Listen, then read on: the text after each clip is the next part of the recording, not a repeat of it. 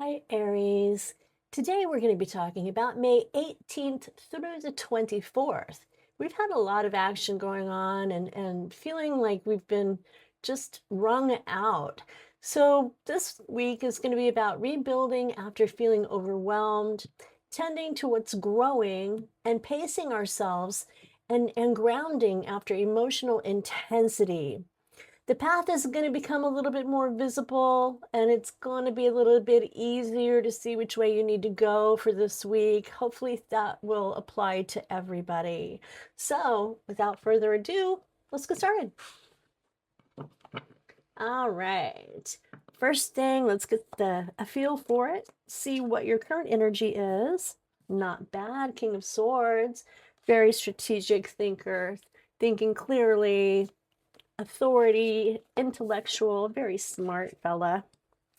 And also too, you know how it works. General reading, not everything will click, but some things might. They do hold on to them, and if they don't, let them go. Well, you're setting yourself up for fine success here. We've got a lot of great cards happening. Okay, let's take a look and see. Like I said, with your current energy being the King of Swords, it's somebody who's very thoughtful, authoritative, speaks with clarity, thinks well, thinks with clarity, decisive, intellectual. He's a strong individual to have around.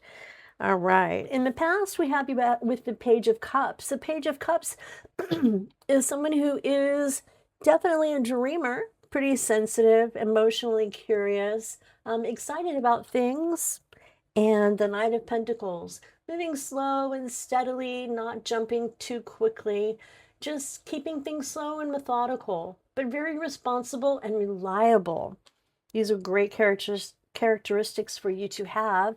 The High Priest is the one we have next. This is the Hierophant in a typical Rider-Waite deck.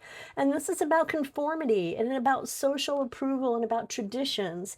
And last but not least, for your future, the outcome looks pretty darn sparkly, doesn't it? Looks like whatever you have done or set your mind to, you have reached that goal and been rewarded for it, either through praise or even possibly a promotion at work.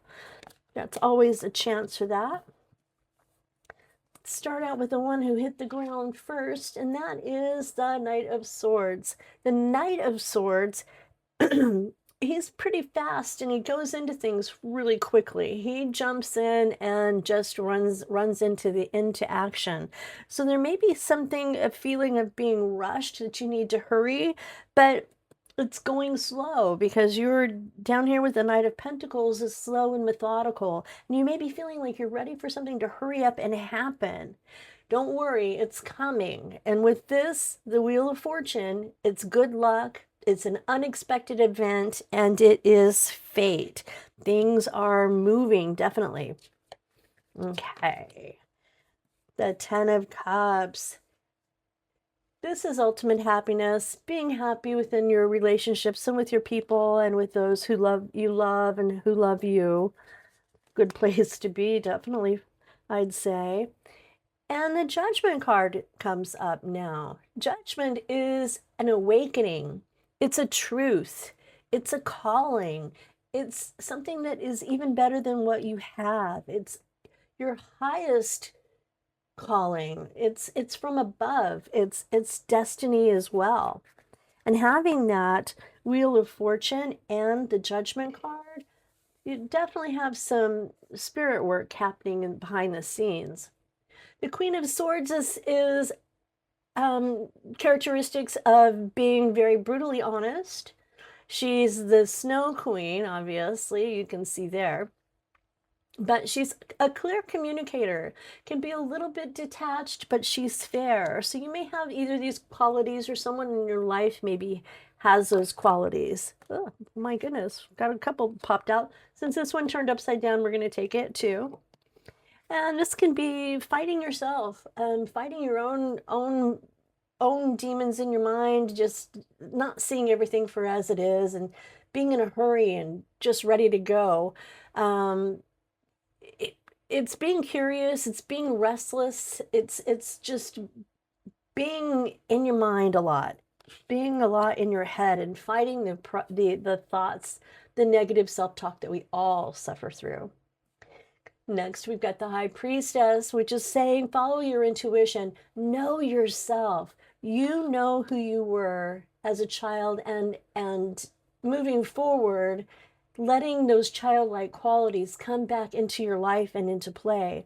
Trust your gut. As we get older, we kind of lose that trust in our gut, don't we?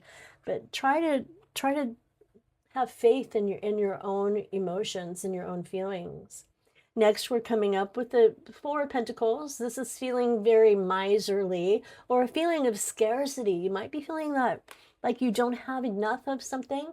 With it being a pentacle, you might be feeling that you might not have enough money to get through, but you also could just be protecting something that you're holding very dear to your heart. The Seven of Pentacles is about preparing for retirement. It's about taking time to look at your future and to decide what you want to do and how you want to live. It can also be a card of hard work, but then you have to wait for so long, you begin to wonder if it was worth the hard work. But in reality, it usually is. So you are preparing for something, saving for some sort of an event that you've got coming up. And the Eight of Swords has you feeling a little rattled. It's a feeling of listening to the voices in your head that we were fighting with back here with the Page of Swords. It's hearing those voices in our heads that say, oh, you're not quite good enough. You'll never be able to reach that goal. But in reality, you can. It's just the voices that we're hearing in our heads telling us this stuff. We all have that committee member in our head that kind of runs crazy. Mine happens first thing in the morning when I wake up. Oh, don't even do it. Just stay here. It's better here in bed. Don't get up.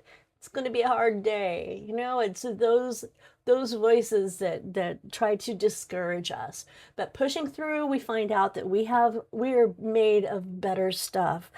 So all in all, this is about pushing through, keep going, tend what's growing, pace yourself, and ground yourself as best you can, because it has been kind of a rough couple of weeks, hasn't it?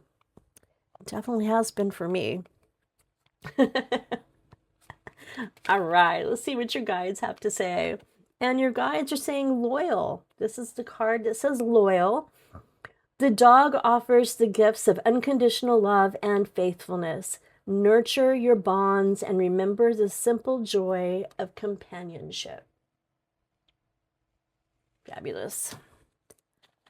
And let's go with the Quiet Companions Oracle deck for one more from your guides. And that is the Vulture. Necessary endings. Release clears space for renewal. Completion supports transformation.